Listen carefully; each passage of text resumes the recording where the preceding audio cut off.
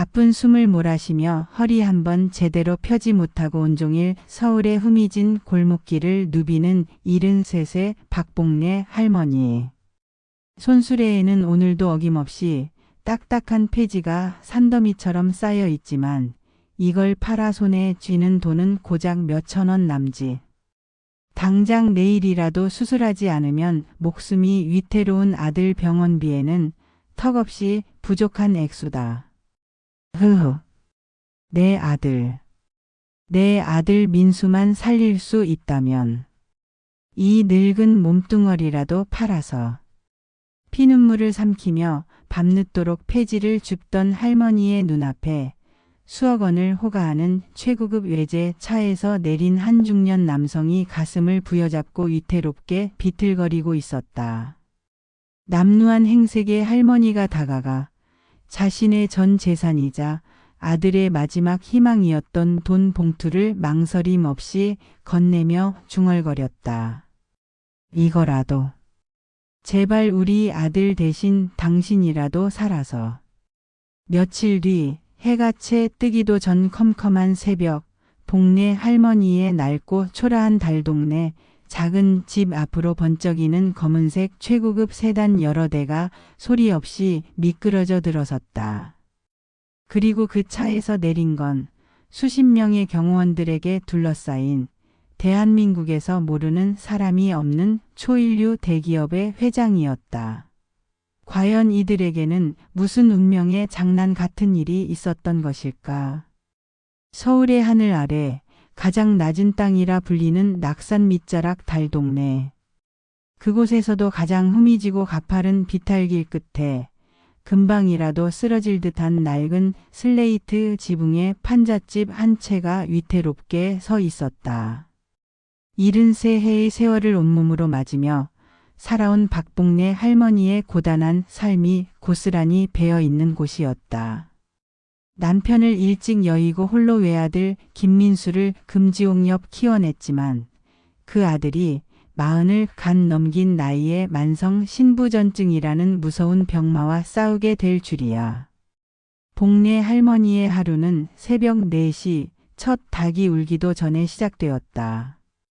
희뿌연 새벽 공기를 가르며 나서는 할머니의 손에는 어김없이 낡은 손수레가 들려 있었다. 밤새 골목길에 나온 폐지와 고물을 줍기 위해서였다. 젊은 시절 시장에서 채소 장사를 하며 억척스레 아들을 키웠던 그 강단은 세월의 풍파 속에 많이도 달았지만 아들을 살려야 한다는 일념만은 더욱 단단해져 갔다. 콜록콜록.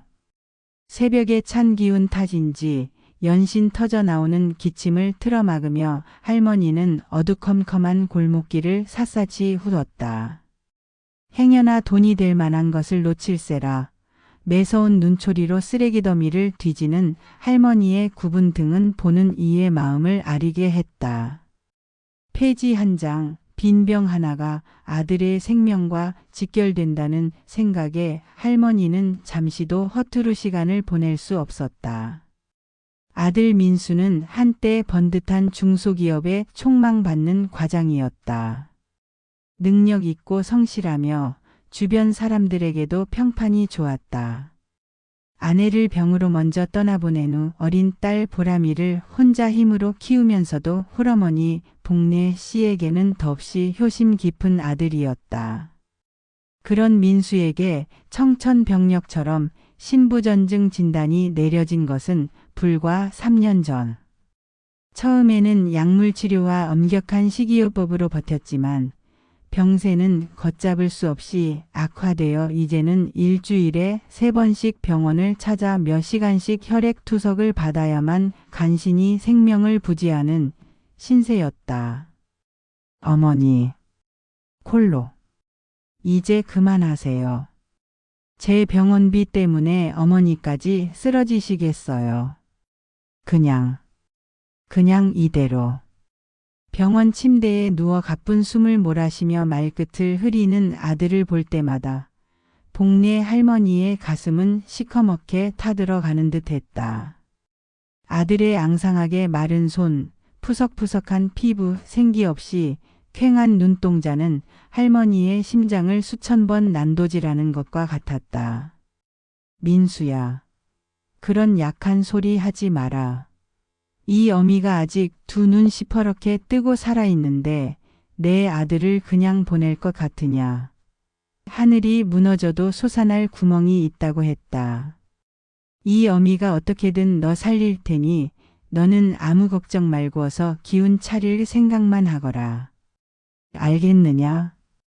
할머니는 애써 호통을 치며 아들의 앙상한 어깨를 다독였지만 병실을 나서는 순간 참았던 눈물이 왈칵 쏟아져 나왔다. 병원 복도 구석에 쪼그리고 앉아 소리 죽여우는 할머니의 어깨는 가냘프게 떨리고 있었다. 최근 민수의 상태는 급격히 나빠져 의사로부터 신장 이식 외에는 다른 희망이 없다는 절망적인 통보를 받았다. 당장 이식 수술을 받지 않으면 한 달을 넘기기 어려울 수도 있다는 말은 사형 선고나 다름없었다. 하지만 수천만 원에 달하는 이식 수술비와 그 이후에 계속 들어갈 면역 억제제 비용은 폐지를 주어 하루하루 근근히 살아가는 복내 할머니에게는 그야말로 천문학적인 액수였다. 정부에서 지원되는 기초생활수급비와 장애인 연금으로는 매달 돌아오는 민수의 투석 치료비와 약값을 대기에도 벅찼다. 할머니 아빠는 언제 집에 와요?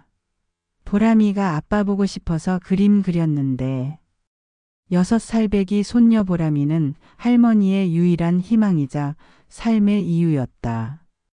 엄마 없이 자라는 손녀가 행여 기죽을세라 할머니는 없는 살림에도 매일 밤 보람이를 품에 꼭 안고 옛날 이야기를 들려주곤 했다. 하지만 아빠를 그리워하는 손녀의 초롱초롱한 눈망울을 볼 때마다 할머니는 또다시 가슴 한구석이 미어지는 아픔을 느껴야 했다. 우리 보람이 아빠 많이 보고 싶구나. 아빠도 우리 보람이 엄청 보고 싶을 거야. 조금만 더 기다리면 아빠가 튼튼해져서 보람이랑 같이 놀아줄 수 있을 거야. 그때까지만 우리 보람이가 씩씩하게 기다려줄 수 있지? 할머니는 손녀의 작은 머리를 쓰다듬으며 애써 미소 지었지만 눈가에는 이미 이슬이 맺혀 있었다. 밤늦도록 폐지를 줍고 돌아와 쪽잠을 자고 새벽이면 다시 손수레를 끌고 나서는 생활이 반복되었다. 할머니는 자신의 끼니를 줄여가며 한 푼이라도 더 모으려 애썼다. 어떤 날은 폐지를 줍다가 동네 불량배들에게 시비를 걸려올 겪기도 했고 어떤 날은 경쟁적으로 폐지를 줍는 다른 노인들과 다툼이 벌어지기도 했다. 하지만 아들 생각에 모든 수모와 어려움을 견뎌냈다. 내가 여기서 주저앉으면 우리 민수는. 그러던 어느 날 병원에서 긴급 호출이 왔다. 민수의 상태가 위중하다는 것이었다. 할머니는 맨발로 뛰쳐나가 병원으로 향했다. 의사는 고개를 저으며 말했다. 할머님, 정말 시간이 없습니다. 일주일 안에 이식 수술을 받지 못하면 마음의 준비를 하셔야 할지도 모릅니다. 하늘이 무너지고 땅이 꺼지는 듯한 절망감. 복내 할머니는 평생 모아온 적금 통장을 해지하고 친척들에게까지 손을 벌려보았지만 수술비를 마련하기에는 턱없이 부족했다. 마지막 남은 것이라곤 시어머니에게 물려받은 낡은 금가락지 하나뿐이었다. 할머니는 피눈물을 흘리며 그 가락지를 팔아 겨우 200만 원 남짓한 돈을 손에 쥐었다. 그것이 할머니가 가진 전부였다. 그날 밤 복내 할머니는 잠 못 이루고 뒤척였다. 이 돈으로는 어림도 없는데 민수야, 이 어미가 무능해서 미안하다. 어둠 속에서 할머니는 소리 없이 눈물을 흘렸다. 그때 문득 낮의 길에서 주운 신비한 효험, 만병통치라고 적힌 허무맹랑한 부적 광고지가 떠올랐다. 지푸라기라도 잡고 싶은 심정이었을까. 할머니는 다음날 새벽 마지막 희망을 걸고 그 부적이라도 사서 아들에게 가져다 주리라 마음먹었다. 혹시라도 아주 혹시라도 기적이 일어날지도 모른다는 헛된 기대감이었다. 날이 밝자마자 할머니는 꼬깃꼬깃한 돈 봉투를 품에 안고 부적을 판다는 곳을 찾아 나섰다. 하지만 그런 곳이 있을 리 만무했다.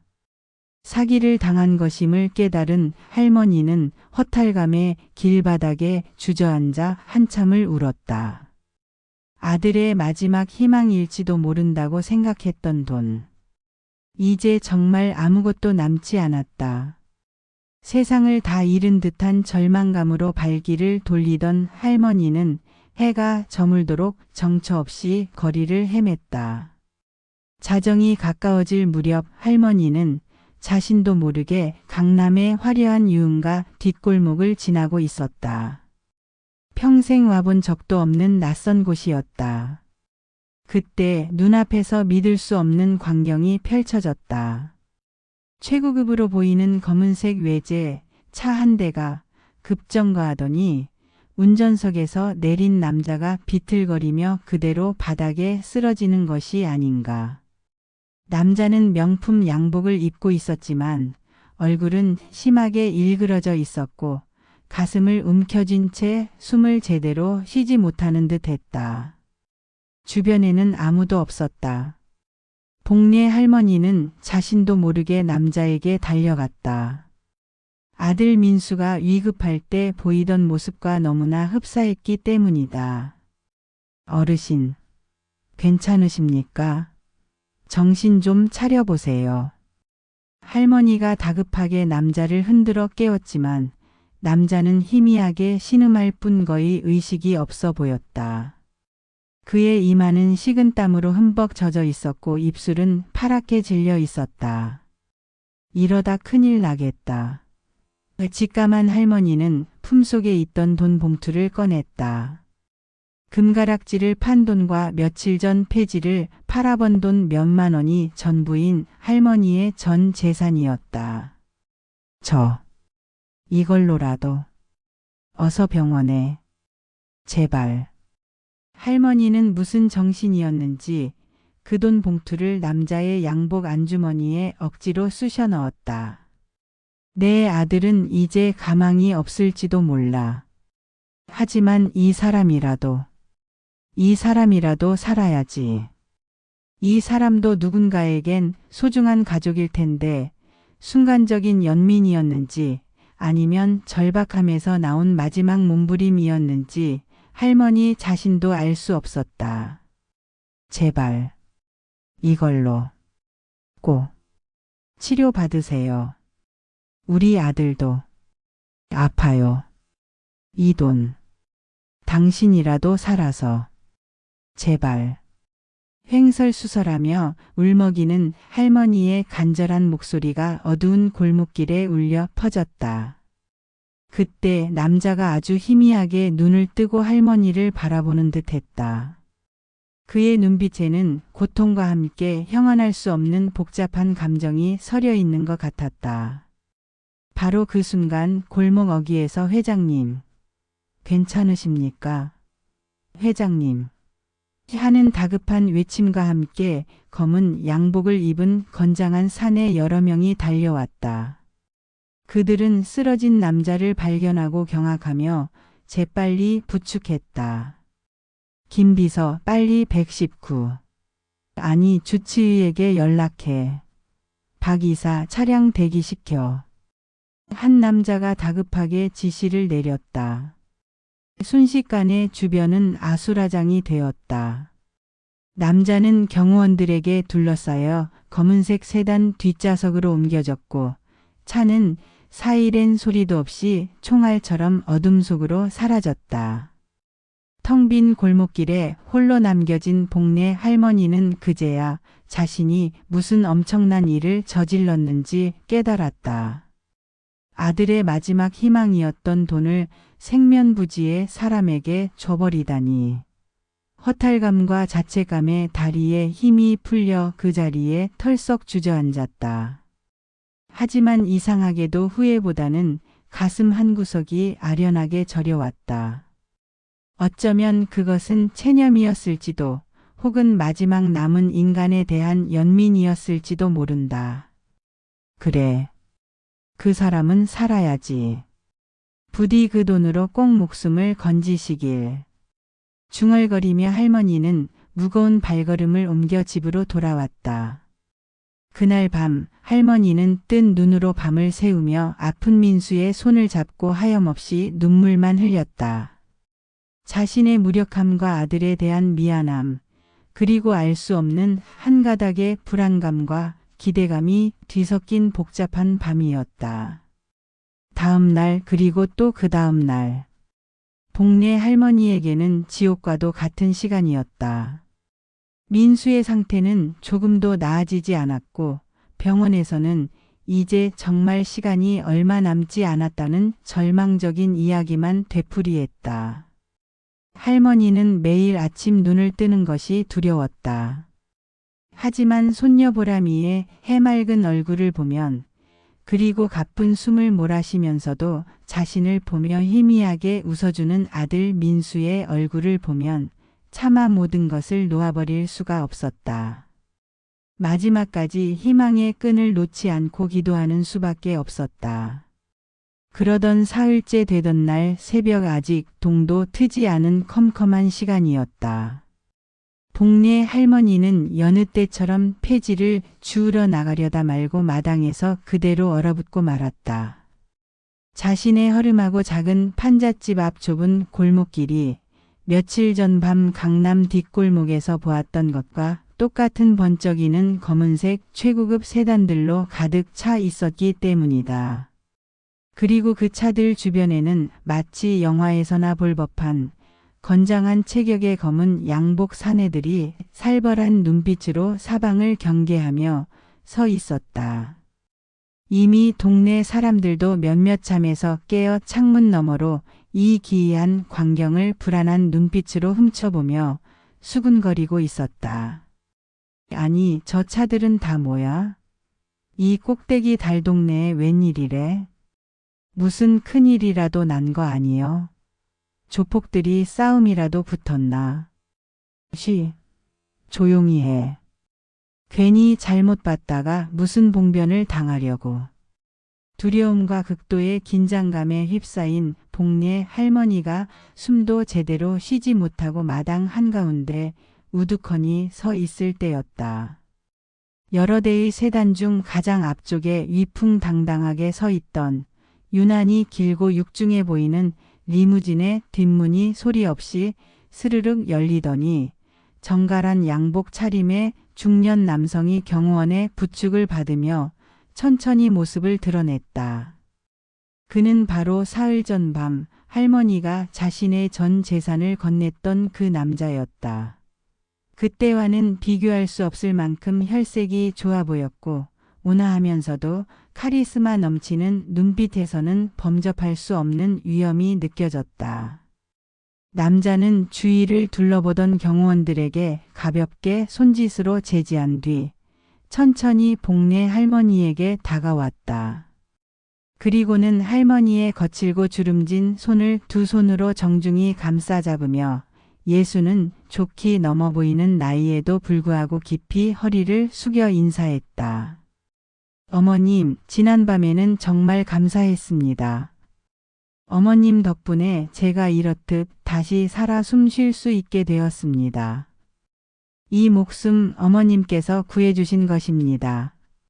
너무나 뜻밖의 상황에 복례 할머니는 어안이 벙벙하여 아무 말도 하지 못했다.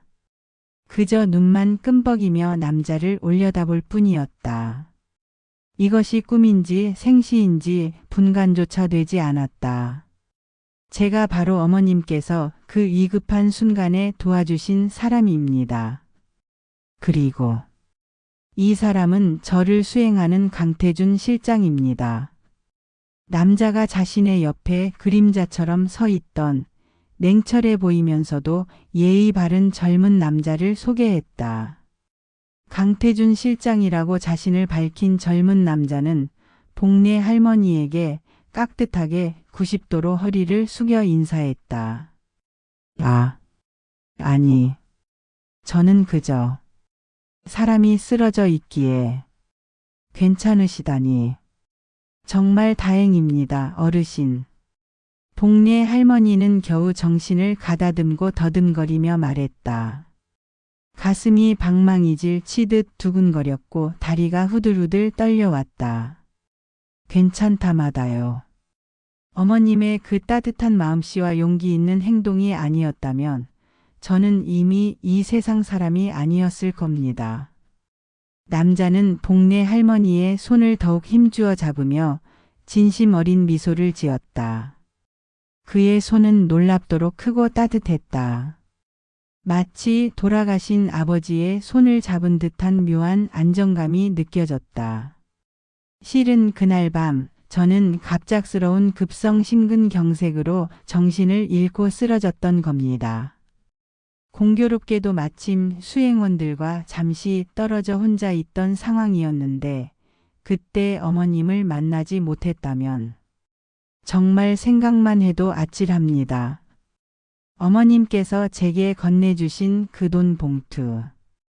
비록 그 돈을 제가 직접 사용하지는 않았지만 그 안에 담긴 어머님의 절박하고도 순수한 마음이 저를 살린 것이나 다름없습니다. 그것은 돈 이상의 가치를 지닌 생명의 불씨였습니다. 남자의 차분하면서도 힘있는 목소리에 복례 할머니는 그제야 긴장이 풀리면서 안도의 한숨을 내쉬었다.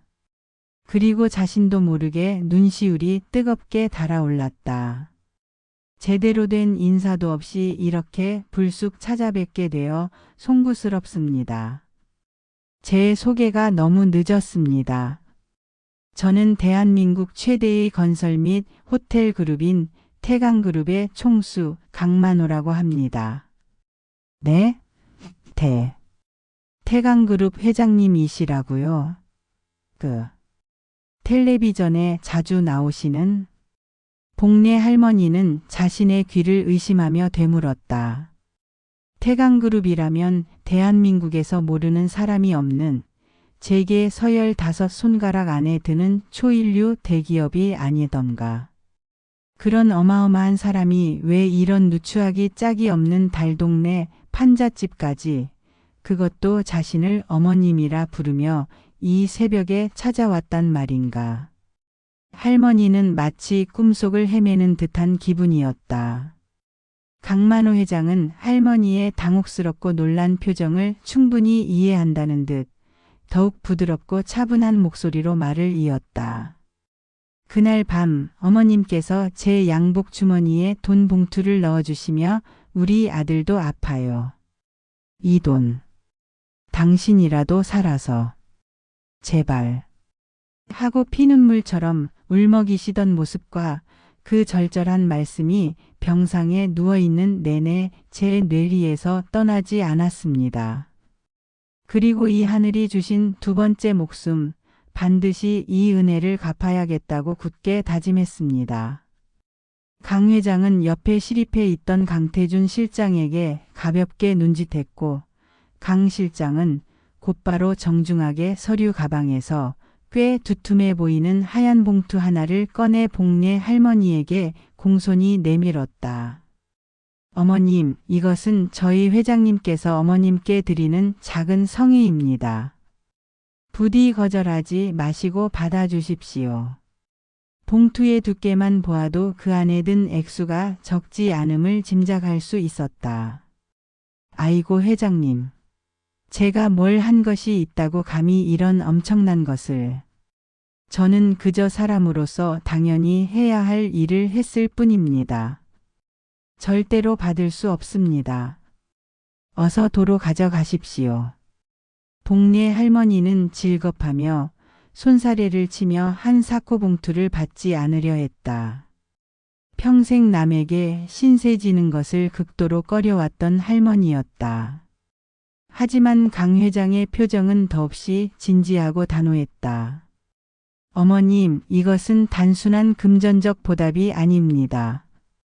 돈으로는 결코 다 표현할 수 없는 어머님의 그 숭고하고 고귀한 인류애와 희생정신에 대한 저의 깊은 존경과 감사의 표시입니다.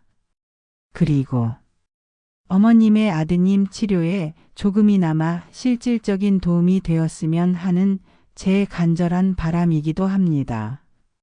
아들 치료라는 말, 그 한마디가 복례 할머니의 단호했던 마음을 송곳처럼 파고들며 사정없이 흔들어 놓았다. 아들 민수만 살릴 수 있다면 지금 당장이라도 무릎을 꿇고 빌고 싶은 심정이었다. 강 회장은 할머니의 그 미세한 눈빛 변화를 놓치지 않고 나지막하지만 힘있는 목소리로 말을 이었다. 실은 어머님에 대해 소상히 알아보았습니다. 강 실장을 통해 어머님께서 홀로 외아드님을 키우시며 평생을 헌신해 오신 것, 그리고 그 아드님께서 현재 신부전증으로 매우 위중한 상태에 놓여 투병 중이시라는 것, 그래서 어머님께서 밤낮 없이 폐지를 주우시며 병원비를 마련하기 위해 처절하게 고생하고 계시다는 안타까운 사정을 모두 전해 듣게 되었습니다. 회장님, 제 사정까지 어찌. 복례 할머니의 눈에서 참았던 눈물이 주르륵 흘러내렸다. 자신의 고통과 슬픔을 알아주는 사람이 있다는 것만으로도 큰 위안이 되었다. 제가 가진 모든 의료 네트워크와 인맥을 총동원해서 아드님의 치료를 적극적으로 돕겠습니다. 당장 오늘이라도 저희 태강그룹 산하 종합병원으로 아드님을 옮기시지요. 그곳에는 국내 최고의 신장내과 전문 의료진이 포진해 있습니다. 모든 검사와 수술, 그리고 이후의 치료 과정 일체를 제가 책임지고 끝까지 지원하겠습니다. 그러니 어머님, 부디 이 작은 성의를 받아주시고 이제부터는 모든 걱정 내려놓으시고 오직 아드님 간병에만 전념하십시오. 이것은 제가 어머님께 드리는 것이 아니라 어머님의 아드님, 그리고 어머님의 손녀 따님을 위해 하늘이 제게 맡긴 것이라 생각해 주십시오. 강만호 회장의 진심이 담뿍 담긴 간곡한 말 한마디 한마디는 복례 할머니의 얼어붙었던 가슴을 뜨겁게 녹였다. 평생 느껴보지 못했던 거대하고 따뜻한 온기가 온몸을 감싸는 듯 했다. 이것은 단순한 돈 봉투가 아니었다. 죽어가는 아들을 살릴 수 있다는 신라 같은 희망, 캄캄한 절망의 끝에서 기적처럼 만난 한 줄기 구원의 빛이었다. 복례 할머니는 더 이상 거절하지 못하고 떨리는 손으로 그 하얀 봉투를 받아들었다. 그리고 그 자리에 주저앉아 어린아이처럼 목 놓아 울었다. 평생 가슴속에 쌓아왔던 서름과 한이 한꺼번에 터져나오는 듯했다. 그 울음은 슬픔이 아닌 깊은 감사와 뜨거운 감격의 눈물이었다. 강만호 회장과 강태준 실장, 그리고 주변을 에워싸고 있던 건장한 경호원들까지도 숙연한 표정으로 할머니의 오열을 말없이 지켜볼 뿐이었다. 그날 새벽 달동네 꼭대기 작은 판잣집 마당에서 터져나온 한 늙은 어머니의 울음소리는 어쩌면 세상에서 가장 아름다운 소리였을지도 모른다. 강만호 회장의 도움은 그야말로 신속하고 전폭적이었다. 그는 약속대로 그날 바로 태강그룹 산하 종합병원에 연락하여 민수 씨를 위한 VIP 병실을 마련하고 국내 최고의 신장 이식팀을 대기시켰다. 민수 씨는 곧바로 최신식 의료 장비가 갖춰진 구급차에 실려 종합병원으로 옮겨졌고 도착하자마자 각종 정밀 검사를 받았다. 검사 결과는 다행히 아직 이식 수술을 시도해 볼 만한 상태라는 희망적인 진단이 내려졌다. 이제 남은 가장 큰 관문은 민수 씨의 조직과 정확히 일치하는 건강한 신장을 구하는 일이었다. 복례 할머니는 자신의 신장이라도 아들에게 주고 싶다며 공여 의사를 밝혔지만 고령의 나이와 이미 쇠약해질 대로 쇠약해진 건강 상태 때문에 의료진으로부터 부적합 판정을 받았다. 마지막 희망마저 꺾인 듯한 절망감에 할머니가 망연자실해 있을 때 강 회장이 병실로 찾아와 할머니의 손을 따뜻하게 잡아주었다. 어머님, 너무 상심하지 마십시오. 아직 포기하기엔 이릅니다. 제가 모든 방법을 강구하여 반드시 아드님께 적합한 신장을 찾아내겠습니다. 저를 믿고 조금만 더 기다려 주십시오. 강 회장은 마치 자신의 친아들 일처럼 발벗고 나섰다. 그는 자신의 개인 비서실과 병원 의료진에게 특별 지시를 내려 전국적인 신장 이식 대기자 명단과 뇌사자 장기 기증 정보를 24시간 실시간으로 확인하도록 했고, 동시에 민수 씨에게 적합할 가능성이 있는 살아있는 공여자도 극비리에 수소문했다. 그의 영향력은 실로 대단해서 보건복지부와 국립장기 이식관리센터까지 움직일 정도였다. 며칠간 피를 말리는 기다림의 시간이 흘렀다. 복례 할머니는 매일같이 병원 내 작은 기도실을 찾아 눈물로 밤을 지새우며 아들의 생명을 구해달라고 간절히 기도했다. 어린 손녀 보람이도 할머니 곁에 꼭 붙어 앉아 고사리 같은 작은 두 손을 모으고 서툰 발음으로 하느님 부처님, 우리 아빠 빨리 낫게 해주세요 라며 기도하는 모습은 보는 이들의 코끝을 찡하게 만들었다. 그러던 어느 날 오후 기적과도 같은 소식이 전해졌다. 교통사고로 뇌사 판정을 받은 한 젊은이로부터 기증된 신장이 민수 씨의 조직과 놀랍도록 정확하게 일치한다는 연락이 온 것이다. 복례 할머니와 민수 씨는 서로 부둥켜 안고 뜨거운 감격에 눈물을 흘렸다. 병실에 함께 있던 강 회장과 강 실장 역시 안도의 한숨을 내쉬며 진심으로 기뻐했다. 모든 것이 마치 하늘이 미리 짜놓은 각본처럼 순조롭게 진행되고 있었다. 긴급 이식 수술 날짜가 잡히고 민수 씨는 수많은 의료진에 둘러싸여 수술실로 들어갔다. 복례 할머니는 수술실 앞 복도 의자에 꼼짝 않고 앉아 초조하게 결과를 기다렸다. 보람이는 할머니의 무릎을 베고 잠이 들었고 강 회장과 강 실장도 묵묵히 할머니 곁을 지켰다. 몇 시간이 마치 몇 년처럼 길게 느껴졌다. 드디어 수술실 문이 열리고 수술을 집도했던 주치의가 피곤한 기색이었지만 밝은 표정으로 걸어 나왔다. 수술은 대성공입니다. 이식된 신장이 아주 건강하게 재기능을 시작했습니다. 환자분의 의지가 강하고 무엇보다 기증된 신장의 상태가 최상이었습니다. 이제 힘든 고비는 넘겼으니 회복만 잘하시면 건강을 완전히 되찾으실 수 있을 겁니다. 그 말을 듣는 순간 복례 할머니는 온몸에 힘이 쭉 빠지며 그 자리에 주저앉아 다시 한번 오열했다. 그것은 안도와 감격, 그리고 세상 모든 것에 대한 깊은 감사함이 뒤섞인 뜨거운 눈물이었다. 강 회장은 할머니의 어깨를 감싸 안으며 함께 눈시울을 붉혔다. 그는 자신이 평생 이룩한 그 어떤 사업적 성공보다도 지금 이 순간이 더없이 기쁘고 보람차게 느껴졌다. 민수 씨의 회복은 놀라울 정도로 빨랐다. 국내 최고 수준의 의료진으로부터 24시간 극진한 보살핌을 받은 덕분이기도 했지만 무엇보다 살아야 한다는 강한 의지와 어머니, 그리고 어린 딸 보람이에 대한 뜨거운 사랑이 그에게 강력한 생명력과 회복력을 불어넣어 준 것이었다. 그는 매일매일 눈에 띄게 건강을 되찾아갔고 얼굴에는 다시 생기가 돌기 시작했다. 한 달 뒤 드디어 민수 씨가 퇴원하는 날이 왔다. 그는 더 이상 휠체어에 의지하지 않고 자신의 두 발로 당당하게 병원 문을 나섰다.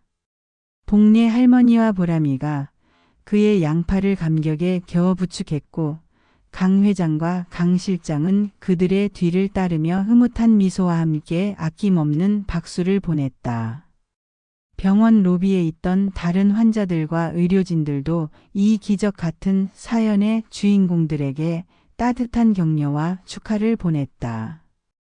강 회장은 퇴원 선물이라며 민수 씨와 복례 할머니에게 아담한 아파트 열쇠와 자동차 키를 건넸다. 비록 크고 화려하지는 않았지만 햇볕이 잘 들고 깨끗하며 안전한 새 보금자리와 언제든 병원을 편히 오갈 수 있는 자가용이었다.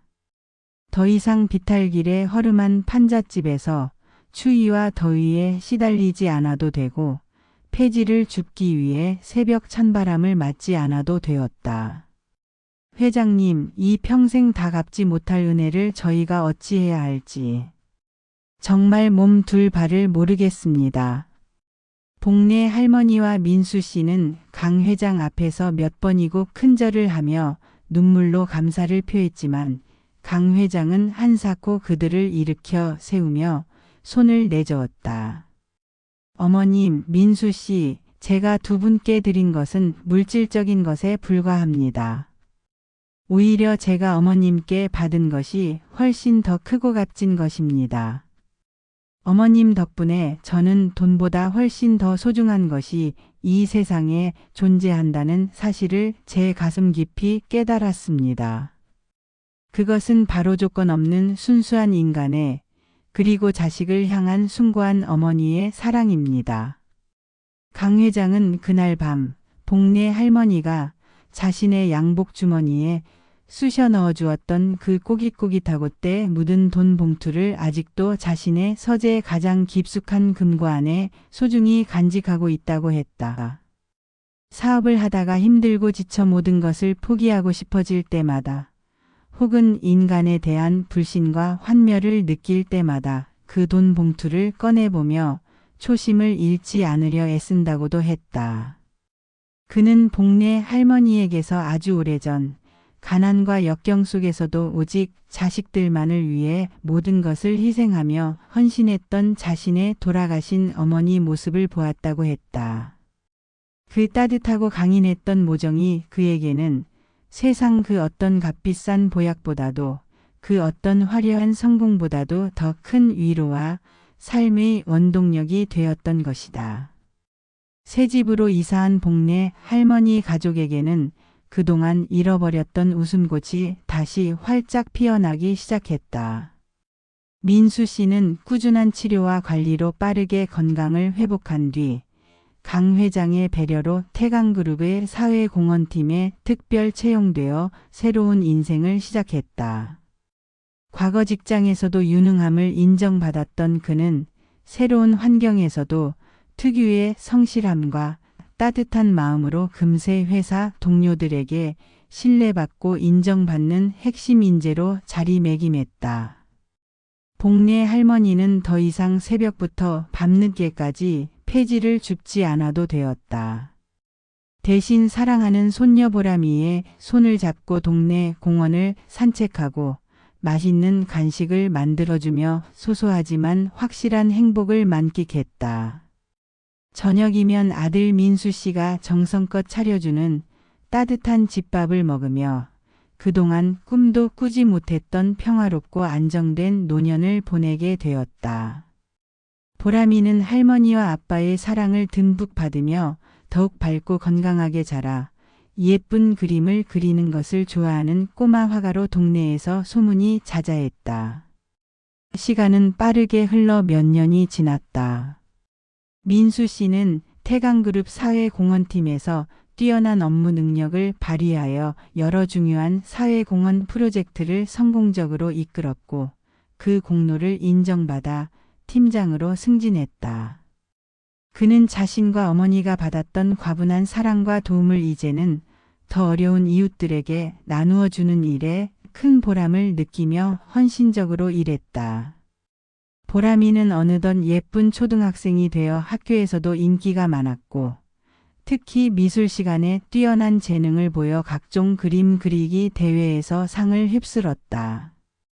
복내 할머니는 여전히 건강하고 정정했으며 이제는 동네 노인정에서 가장 인기 있는 이야기 할머니이자 자원봉사자로 활동하며 다른 독거노인이나 어려운 이웃들을 살뜰히 챙기고 돕는 일에 앞장섰다. 그녀의 얼굴에는 더 이상 고단함과 슬픔의 그늘 대신 온화하고 자애로운 미소만이 가득했다. 강만호 회장과 복내 할머니 가족의 기적 같은 인연은 그 후로도 오랫동안 아름답게 이어졌다. 강 회장은 아무리 바쁜 와중에도 틈틈이 시간을 내어 복내 할머니 댁을 찾아와 함께 식사를 하고 담소를 나누며 친아들처럼 때로는 다정한 친구처럼 스스럼 없이 지냈다. 그는 더 이상 차갑고 냉철한 기업 총수가 아니라 소박한 달동네 할머니의 따뜻한 마음에 감화되어 인간적인 온기를 되찾은 마음 따뜻한 한 사람의 이웃이자 든든한 가족 같은 존재였다. 복내 할머니 역시 강 회장을 단순한 은인으로만 생각하지 않고 마치 일찍 여인 남편이나 또 다른 아들처럼 여기며 진심으로 아끼고 걱정해 주었다. 어느 따스한 봄날 복내 할머니의 생신을 맞아 민수 씨와 보람이는 강 회장을 집으로 초대해 조촐하지만 정성 가득한 생신상을 차렸다. 맛있는 식사를 마치고 거실에 둘러앉아 향긋한 차를 마시던 중 강 회장이 문득 오래전부터 마음속에 품고 있었던 질문을 복내 할머니에게 건넸다. 어머님, 세월이 많이 흘렀지만 아직도 제게는 풀리지 않는 궁금증이 하나 있습니다. 그날 밤 어머님께서는 어째서 아무런 연고도 없는 생면부지의 저에게 그것도 아드님의 마지막 희망이었을지도 모르는 그토록 귀하고 절박한 돈을 선뜻 내어주셨던 것입니까?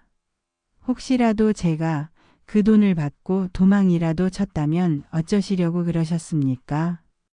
강 회장의 진지한 물음에 복내 할머니는 잠시 창밖을 아련하게 바라보다가 이내 잔잔하고 온화한 미소를 지으며 나지막이 대답했다.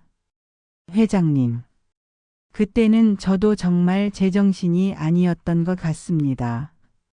그저 우리 민수가 당장 오늘 내일하는 상황이었으니 눈에 뵈는 것이 없었지요.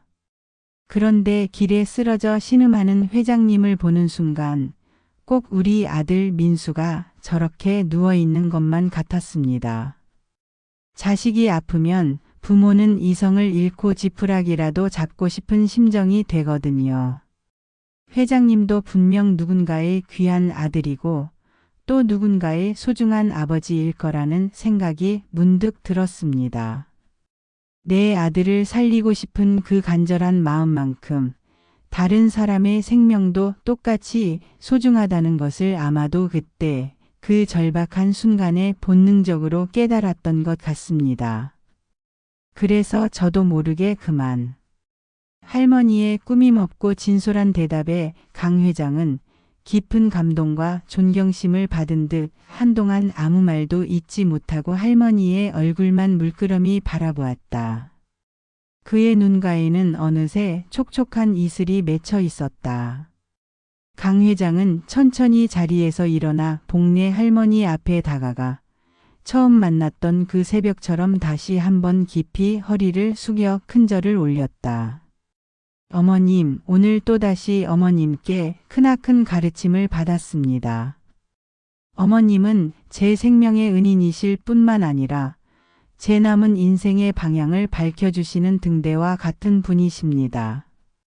어머님께서 몸소 보여주신 그 조건 없는 숭고한 사랑과 인간에 대한 깊은 연민의 정신을 제 가슴속 깊이 새기고 저 또한 앞으로 더 많은 사람에게 희망과 용기를 주고 사회에 선한 영향력을 펼치는 진정한 기업인이 되도록 최선을 다하겠습니다.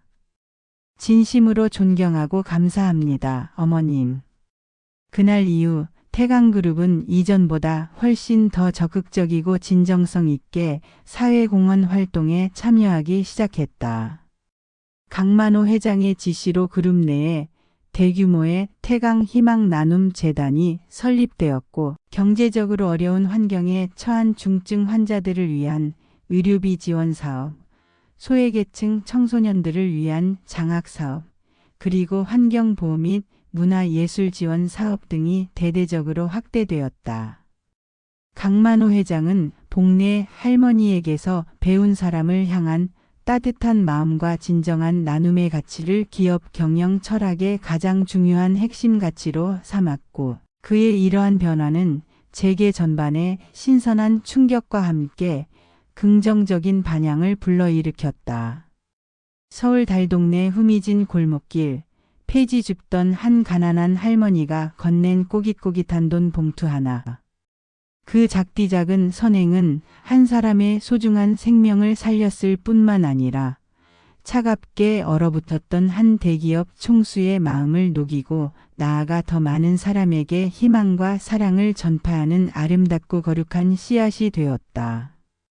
가난과 절망 속에서도 결코 꺼지지 않았던 한 늙은 어머니의 숭고한 모정과 예기치 않은 운명적 만남이 만들어낸 이 기적 같은 이야기는 세상은 아직 살만하며 진정한 사랑의 힘은 그 어떤 것보다 위대하다는 따뜻한 증거로 남아 우리 모두의 가슴속에 깊고 긴 울림을 영원히 전해주고 있었다. 골목길을 힘겹게 오르내리던 낡은 손수레의 삐걱이는 소리는 이제 더 이상 들리지 않았지만, 그보다 훨씬 더 밝고 따뜻한 사랑과 희망의 불빛이 이제 온 세상을 환하게 비추고 있었다.